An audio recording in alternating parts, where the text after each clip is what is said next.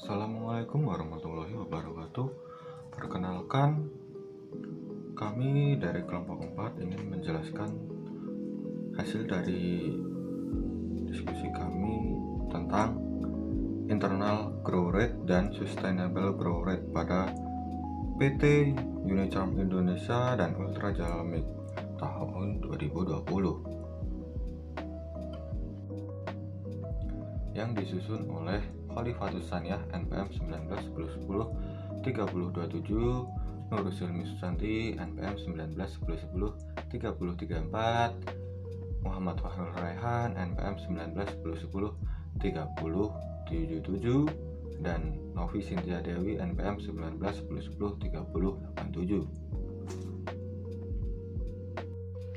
Baik, saya akan menjelaskan mengenai analisis tingkat pertumbuhan internal pada PT Unicharm Indonesia Tbk, di mana tingkat pertumbuhan internal biasa disebut dengan internal growth rate, yang merupakan tingkat pertumbuhan maksimum yang dapat dicapai oleh suatu perusahaan tanpa adanya pinjaman eksternal dalam bentuk apapun.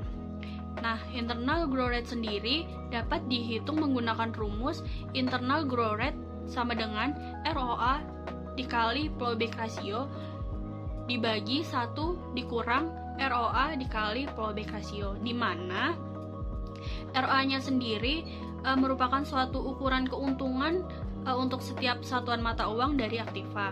Kemudian plowback ratio-nya sendiri merupakan tambahan laba ditahan dibagi dengan laba bersih. Nah, pada PT Unicharm Indonesia Tbk sendiri, untuk mencari tingkat pertumbuhan internalnya dapat dicari terlebih dahulu plowback rasionya dengan rumus retained earnings per net income.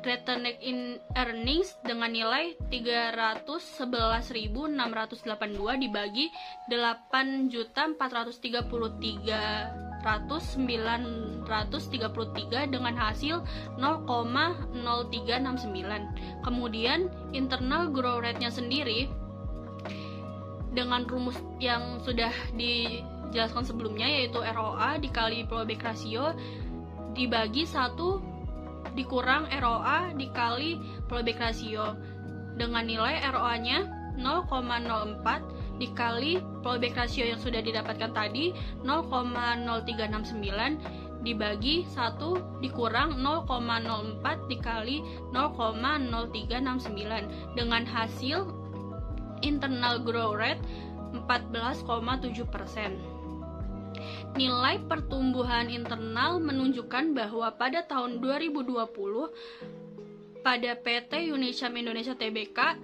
mempunyai pertumbuhan maksimum yang dapat dicapai dengan keseluruhan aset yang memiliki nilai sebesar 14,7%.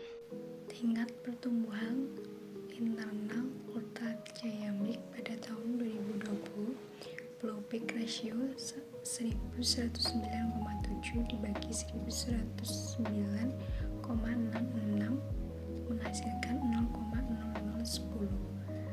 Kemudian 0,12 dikali dengan 0,0010 dibagi 1 dikurangi 0,12 dikali dengan 0,0010 menghasilkan 9,9%.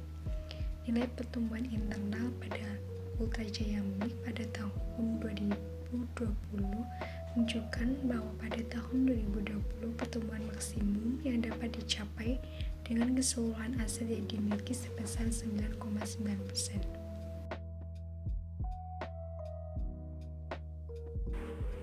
Yang selanjutnya saya akan menjelaskan mengenai penelitian terdahulu. Nah, untuk mendukung permasalahan terhadap bahasan, kami berusaha mencari literatur dan penelitian terdahulu yang masih relevan terhadap masalah yang menjadi objek penelitian saat ini. Berdasarkan hasil penelitian terdahulu, kelompok kami menemukan beberapa penelitian terdahulu yang relevan dengan penelitian ini.